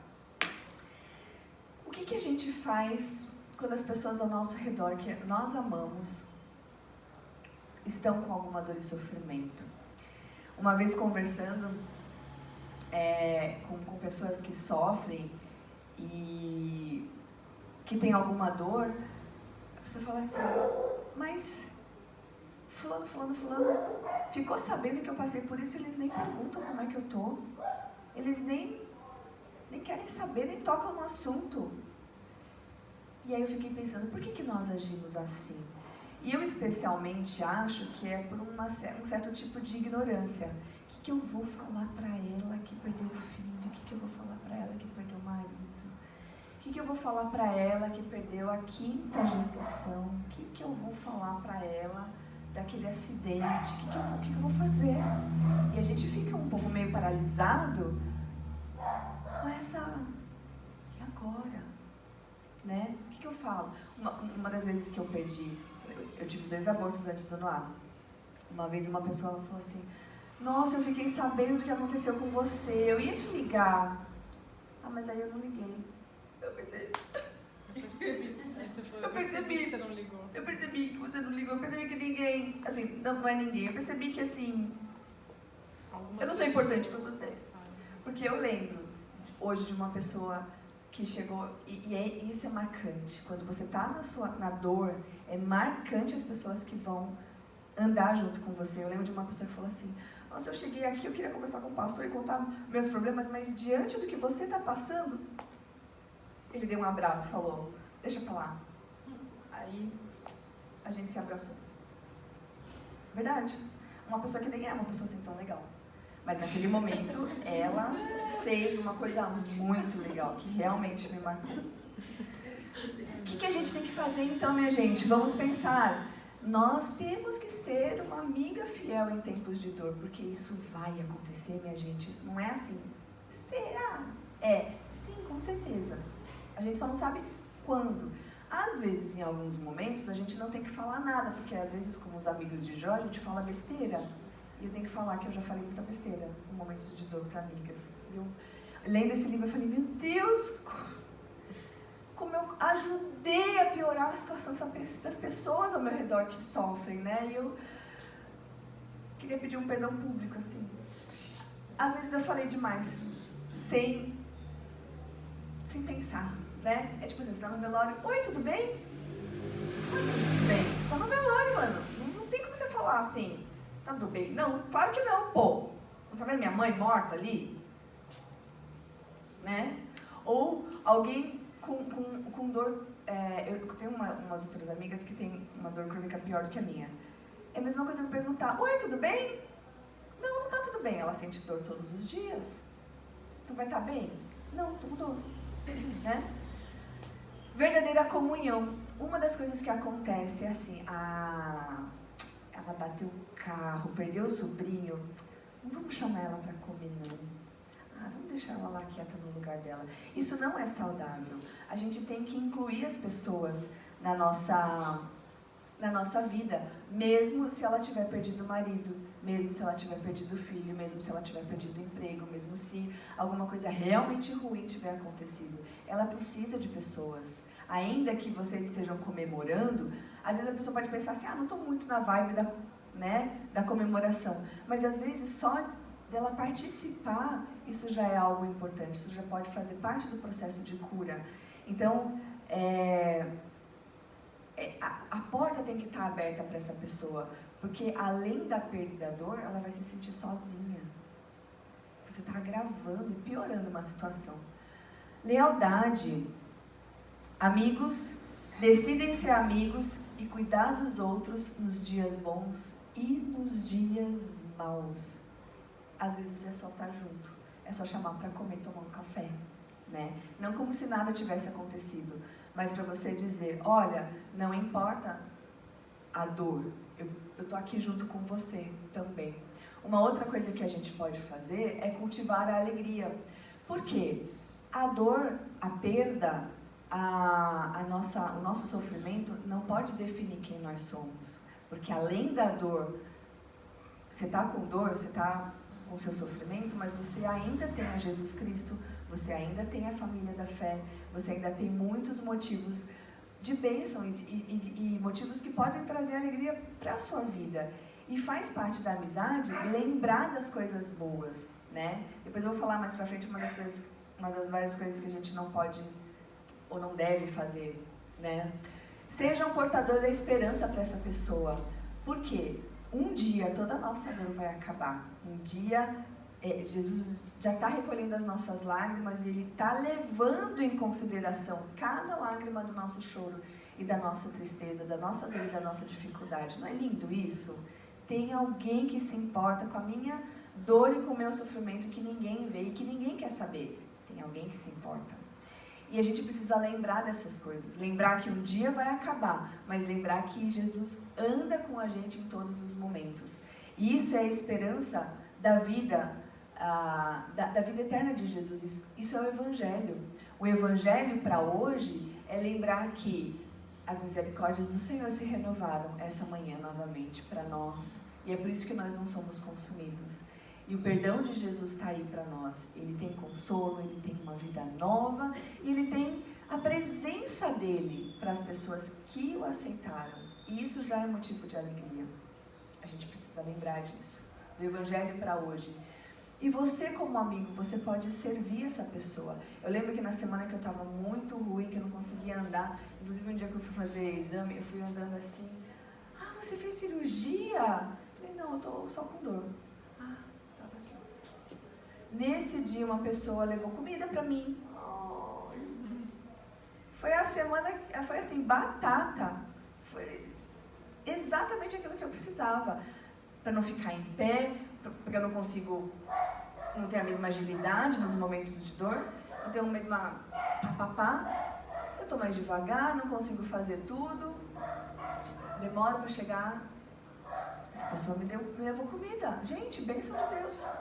Sirva como Jesus, porque o Filho do Homem não veio para ser servido, mas para servir e dar a sua vida em favor de muitos. Nós somos cristãos quando também servimos. E se você não quer ser cristão, se você se acha muito bom para servir as pessoas, talvez você não tenha conhecido realmente o Criador dos céus e da terra, que veio servir e dar a sua vida. Sem buscar vantagem, né? Sem falar assim, eu vou ajudar a Cíntia, porque eu sei, mano, que ela tem um sítio, que ela vai me convidar, não, vou fazer um sítio, a casa dela.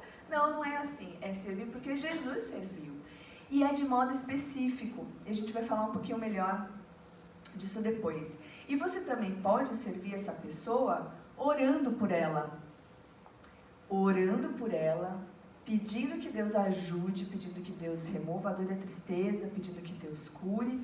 Mas também você pode servir ajudando a pessoa a orar. Ore pelos seus amigos, né? Incentive seu amigo que sofre a orar. Você já ficou em situações que você fala assim, mas eu não sei nem o que eu vou orar, eu não sei nem o que eu falo, eu não sei.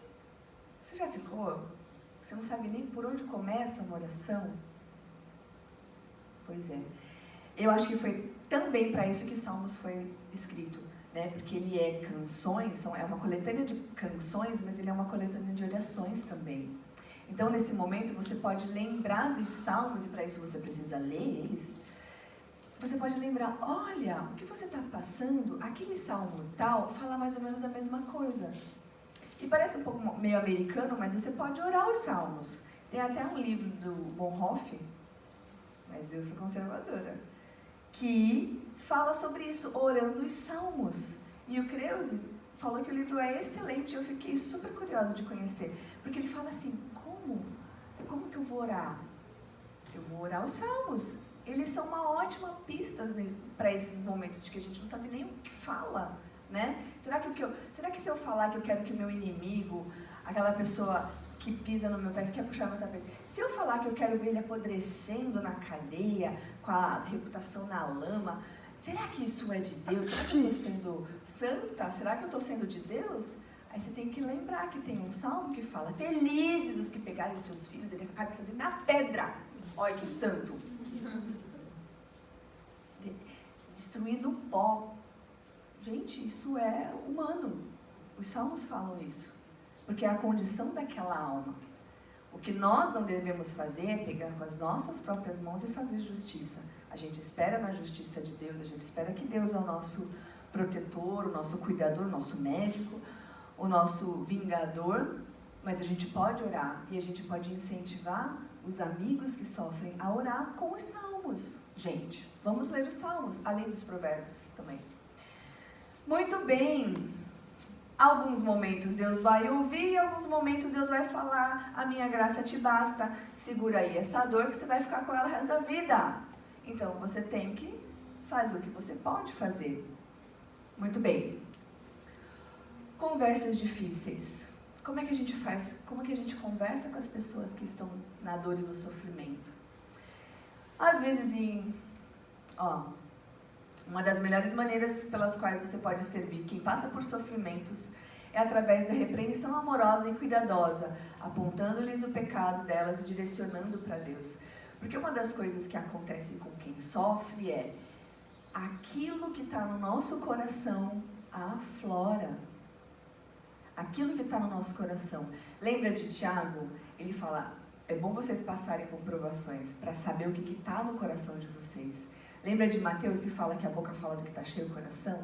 Então, na hora que você está cansada, estressada, com dor e sofrimento, você vai falar aquilo que está no seu coração. Deus me abandonou. Ele não liga para mim. Ele não cuida de mim. É isso que está no seu coração. Essa situação só trouxe para fora. Então, é nesses momentos que você vai falar, não, amor, não, meu bem, não, meu amigo. Deus não te abandonou. Lembra de Jesus?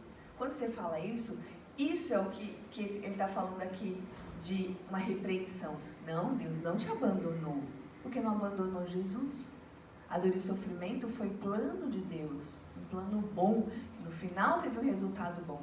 Então, na sua vida, isso vai acontecer também. É uma repreensão, é direcionar o coração da pessoa para Deus. A adoração.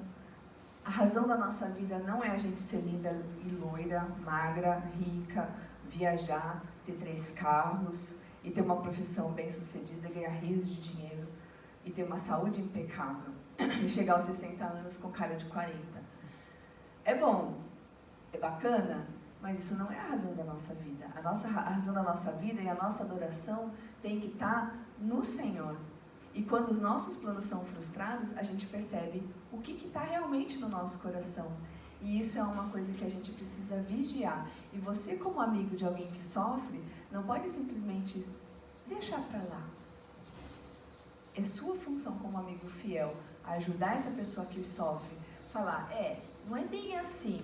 É de maneira sábia, é de maneira terna. Você não pode enfiar os pés na porta, né?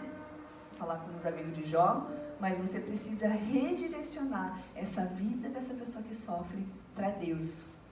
Muito bem, essa é a parte que eu mais gostei, gente, para falar a verdade.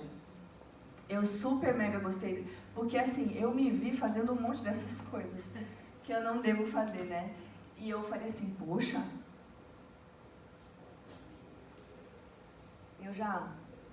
eu achei mais legal porque, assim, há muitos anos que eu penso sobre aconselhamento, né, que eu leio sobre isso, que eu acompanho pessoas. E aí, quando eu me deparei com isso, eu falei, putz, quanta coisa errada que eu já fiz, né, ao longo, com bom coração, mas eu fiz um monte de coisa errada. E eu achei, assim, muito pertinente. Tudo isso, essa parte, ela não é, entenda, tudo isso que que eu tô falando, não é você é obrigado a fazer. Lógico, orar, levar seus amigos redirecionando para Deus, sim, isso aí é o que a Bíblia realmente diz. Mas isso, esse cara, esse David Furman, é o depoimento dele. Porque ele tem uma doença também crônica nos braços, que ele não consegue virar a maçaneta da porta, tipo. Então ele vai no banheiro, fecha, ele não consegue abrir, né? E a esposa dele tem que ir lá abrir a porta do banheiro, senão ele fica trancado em alguns tipos de fechadura. Ele não consegue ajudar em nada, ele não consegue segurar os filhos no colo, por causa das dores. Então é o relato dele, ele é pastor, missionário lá na Arábia Saudita, e tem 4 filhos, e enfim. Ele é marido da Glória Furman, que a gente já indicou alguns livros, né? E ele vive nessa condição, ele é o pastor da igreja, né? Então, ele está falando dele como sofredor, como portador de uma, no caso dele já é uma deficiência, como que é a vida de alguém nessas condições e como que a igreja pode ajudar. E eu achei assim máximo. Vamos lá. Primeira coisa, não seja o doutor Saratudo, né? Ah, eu tenho um melzinho. Eu tenho certeza que se você tomar esse mel, a sua tosse vai sumir, ó, 1, 2, 3. Se você tomar aquele remédio que a minha mãe tomou, tira e queda. Aí você, em certa situação, se vê assim, com 5 remédios diferentes, e agora o que eu faço? A pessoa que está doendo, que está com dor, né? Isso muitas vezes não ajuda, porque normalmente quem tem uma dor, uma doença, já está procurando ajuda, já está procurando um médico. E às vezes cria um pouco de confusão, porque ela está aqui seguindo a direção, orientação médica, e aí vem 50 outras receitas que direcionam ela para o outro lado. Mano, você bota a pessoa numa encruzilhada. Eu vou seguir essas boas almas que estão tentando me fazer o bem, ou eu vou seguir essa orientação médica que eu busquei? Nesse momento, você traz uma carga para a pessoa. Não é tão legal fazer isso. Eu já fiz. Não faça comparação. Ah, vá! Você tá com dor por causa disso? Ai, mas olha, eu com a perna quebrada, fiz faxina em casa, fui pro trabalho, peguei trem, fiz um monte de coisa. Você é fraca, hein? Ai, credo! A minha cunhada, a minha mãe, olha, ela viveu a vida inteira assim, e ela nunca reclamou. E você não para de reclamar, mano, credo. Por quê? A pessoa, além da sua própria condição de dor e sofrimento, ela ainda é uma pessoa muito pior do que aquela pessoa que você conhece. Olha só, você adicionou mais um fardo, mais uma tristeza, mais um eu sou miserável, né? Você já percebe que a coisa não está funcionando bem, que você está com defeito, que não tem peça de troca, não tem reparo. E ainda você é uma pessoa ruim, fraca, sabe? É um fardo. Não faça isso, não faça comparação. Não faça da dor a identidade da pessoa, né? Porque um deficiente, ele é também um pai, uma mãe, um filho. Ele pode trabalhar, ele pode produzir, talvez não naquilo que ele gostava ou que fazia, naquilo que era, mas ele pode encontrar outras coisas interessantes para fazer na vida. A gente tem aqui o Felipe, ele trabalha com marcenaria. Ó, esse pendente aqui foi ele que fez. Ele é deficiente? Claro que é, tá nítido que é. Mas não é porque ele é deficiente que ele é um inútil. E a gente não precisa, por causa das limitações que a vida nos impõe, nos colocar na cadeira da inutilidade. Não, algumas coisas você não vai conseguir fazer, mas você pode fazer outras. E essa é a grande questão. A dor, o sofrimento não nos define. Não prometa libertação que nem aquelas igrejas que fazem. Se você vier aqui, nos 318 pastores, se você fizer essa novena da oração, você vai ser curado. O seu câncer vai sumir, a sua dor crônica vai embora. intrometa, você não é Deus, né? Você não tem o controle das coisas. Se uma pessoa está passando por uma dor e sofrimento, sacode a poeira e vai pra frente. Seja forte, você precisa ser forte. Não, gente, não pode ser assim. Às vezes a pessoa precisa do tempo dela. E lembra de como é que foi o tempo? De 7 a 70 dias. E não existe uma fórmula. Existe que cada pessoa tem o seu tempo e a gente precisa respeitar isso. Porque senão, mais uma vez, você está colocando mais um fardo em cima da pessoa. Não fazem inquisição do tipo, que pecado que você tem escondido aí para essa doença nunca sair da sua vida? Eu acho que você está fazendo alguma coisa de errado. Lembra dos amigos de Jó? Que estavam sempre jogando para ele alguma coisa? E ele estava assim, não, tenho. Não, tem, Jó. Tem que ter alguma coisa aí. Vamos fazer uma pesquisa, porque vai aparecer um pecado na sua vida. Mais um fardo. Mais um fardo. Não seja hiperespiritual. Ah, se perdeu o filho, ai que bom, né? Você não vai pagar a faculdade, né? Ai, que bom. Olha, Deus está te livrando de uma coisa muito maior. Deus está no controle. Eu quero saber que raio está no controle. Eu quero chorar agora, me deixa chorar. Eu quero chorar. Eu estou com dor, né? Ai, gente, vocês não se veem aí? Um momento ou outro? Não se vê? Esse do hiperespiritual é aqueles... sabe aquelas pessoas que falam assim, gente, eu resolvo tudo com oração. Fala pra mim, qual é o seu pecado? Qual é o seu problema? Eu vou orar por você. Parece que ela tem uma carta na mão. Deus me revelou, eu sonhei.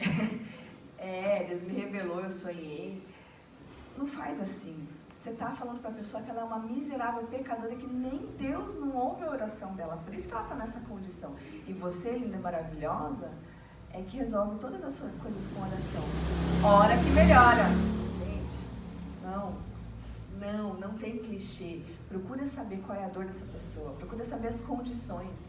Clichê não é consolo. Deus no controle. Hora que melhora. Nada disso vai consolar a pessoa. Não entre no jogo da indiferença. Esse livro fala de uma senhora que perdeu o filho. Ela fez um bottom e colocou na roupa, porque uma semana depois dela perder o filho, ela ia na igreja e ninguém perguntava como é que ela estava. No bottom, se eu não me engano, ela escreveu assim: se você me perguntar sobre o meu filho, eu vou chorar. Mas se você não perguntar, eu vou chorar mais ainda. Porque se você não pergunta,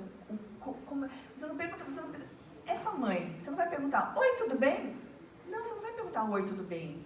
Você vai perguntar, como que você está hoje? Porque cada dia é um dia diferente para quem passa por uma dor e sofrimento. Para quem recebe um diagnóstico de câncer, seu filho, do seu marido, da sua mãe, das pessoas que você ama. Cada dia é uma dor diferente. Então, você pode se interessar realmente, genuinamente pela pessoa. Como é que você está hoje? O que você está precisando? Como que eu posso te ajudar?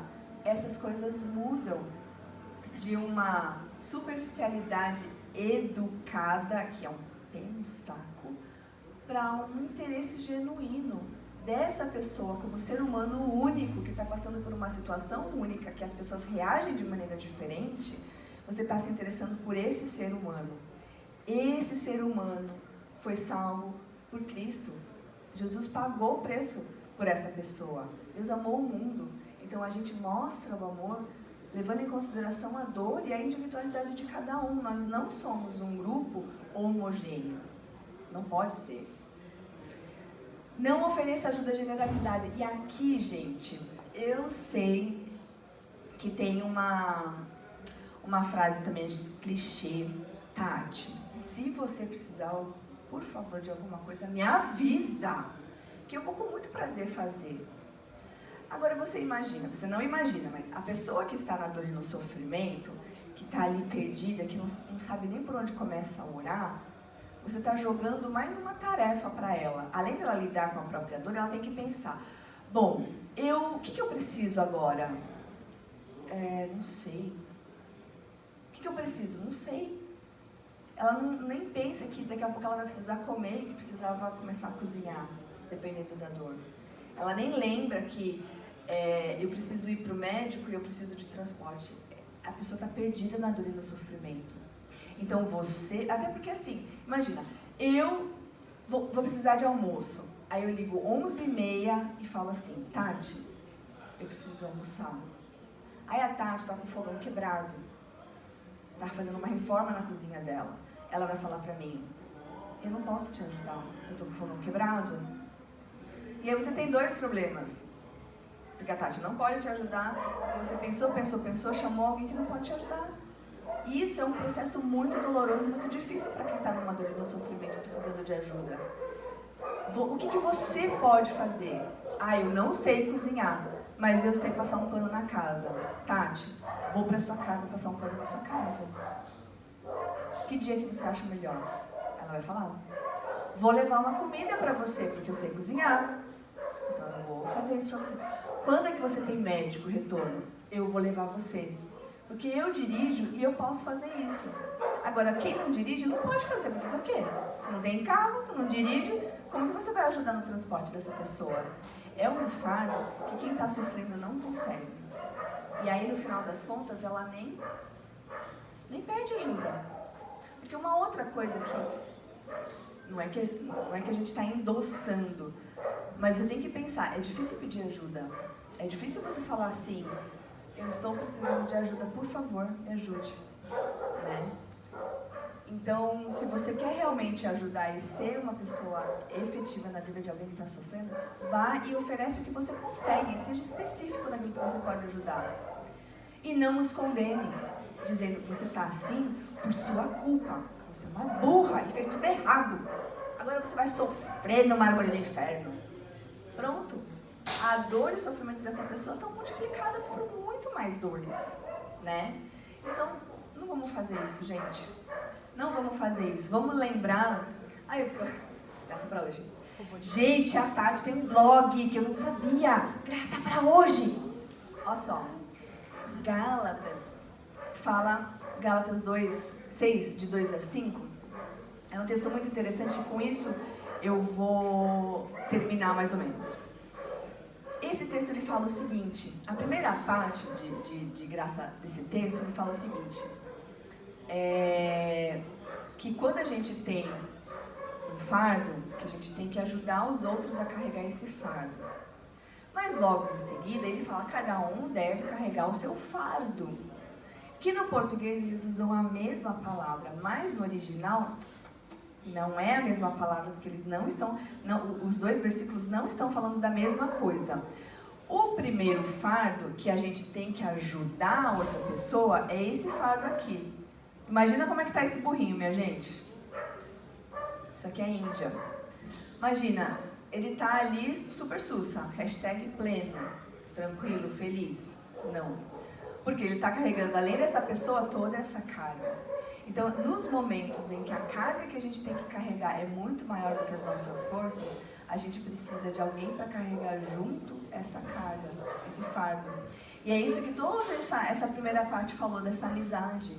Essa amizade, você fazendo essas coisas e não fazendo aquelas outras coisas, você está ajudando numa carga que é muito maior do que essa pessoa consegue carregar. Ao mesmo tempo, esse texto fala, existe uma carga, como uma mochila de viagem, que tem tudo aquilo que você precisa para a sua jornada e para a sua tarefa, você tem que carregar. Então, as suas responsabilidades pessoais, do cuidado com o seu dinheiro, cuidado com a sua casa, com a sua família, isso é você que tem que fazer. Então, ajudar a outra pessoa não exclui a responsabilidade pessoal que cada um tem. E é lindo esse versículo, porque ele mostra o individual e ele mostra o coletivo. Por quê? A gente é uma comunidade. Agora, não é porque é uma comunidade que a gente vai sobrecarregar os irmãos. Cada um carrega a sua e ajuda a carregar o fardo que a gente não consegue sozinho, né? E isso é muito importante, porque a vida está cheia de fardos. Às vezes são fardos que você vai carregar por algum tempo, às vezes são fardos que você vai carregar a vida toda, né? E eu lembro da irmã Emília, que tem o Rafael, 20 e poucos anos ele tem, e ele é deficiente, cadeirante. né? Deficiente mental, inclusive. É um fardo que ela vai carregar a vida inteira, minha gente. Então, assim, o nosso grupo pequeno ir uma vez por mês lá, fazer o grupo lá na casa dela, é muito pouco. Mas eu sei que esse pouco, para ela já é importante. Quando a gente faz qualquer evento, qualquer festa no nosso grupo pequeno, a gente fala, vamos fazer na Irmã Emília para eles poderem participar. E o Rafa fica felicíssimo quando vê a gente, quando vê as crianças, quando tem gente lá na casa dele. Você percebe que ele, com toda a sua limitação, se sente feliz. Porque eu estou aqui, fazendo parte. A minha dor e o sofrimento do dia a dia, de todos os dias, está um pouco aliviada nesses momentos que eu tenho essas pessoas cantando aqui, falando, participando, por mais que ele não fale e não participe. Alguma coisinha está lá no coração dele. E está na Irmã Emília também, né? Então, assim, é coisa pouca? É, mas faz essa coisa pouca. Você não vai resolver todos os problemas? Não, a gente não é Deus. A única pessoa para resolver todos os problemas é Deus. E Ele tem uma hora certa para isso. Mas nós, como receptores da graça de Deus, devemos estender essa graça também aos que sofrem, aos que estão no sofrimento, aos que têm uma vida dura, difícil, quem está passando por um problema, por um luto, por uma situação difícil, né? E isso é um dos indicativos, uma das coisas que mostra que Deus está na sua vida. Porque se você é exatamente como o mundo, que diferença você faz? Que graça que você... Que de Deus você está transparecendo, transbordando, que você está... Qual é a diferença que você faz na vida das pessoas ao seu redor, né? A gente precisa pensar nisso. Porque se a gente promove o sofrimento, a dor, a maledicência, a fofoca, as coisas que espizinham as pessoas e humilham, isso não é de Deus. O que é de Deus? Carregar os fardos, olhar para Cristo e olhar para a vida de uma maneira direcionada para Deus. Então, minha gente, quando a gente passar por sofrimento, vamos lembrar disso. Deus não abandonou, mas Ele pode transformar tudo isso para nosso amadurecimento e para o fortalecimento da comunidade. Porque um dos pontos essenciais da igreja, que mostra que é uma igreja sadia e de Deus, é a união, é carregar os fardos. Porque se está cada um por si, Deus contra todos, como diz a música, por que eu quero ir nessa igreja? Por que eu quero ser crente? Se eu vou lá para ser espizinhado, humilhado, caluniado, difamado, fofocado, se eu vou lá só para ouvir coisa ruim, para piorar o meu sofrimento e chegar lá só perceber, ficar naquela sensação de será que essa pessoa eu posso confiar ou não? Para que eu quero uma igreja dessa? Eu, sinceramente, não quero para nada. Porque a vontade que eu tenho é de, dar no pé e fugir. E eu acredito que essa é uma sensação de todas nós.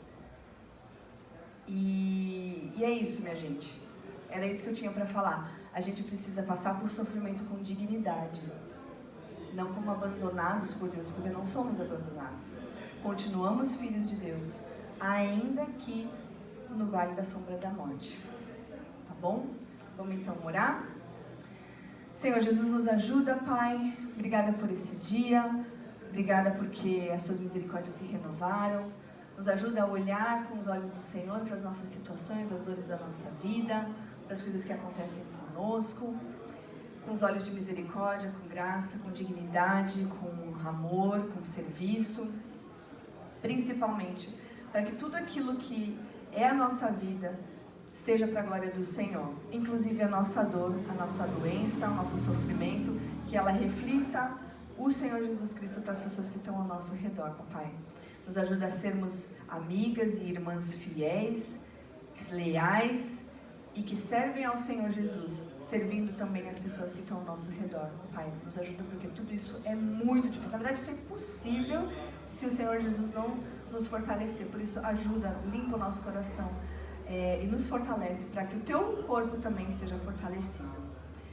Lindas, meninas, uma outra coisa que eu queria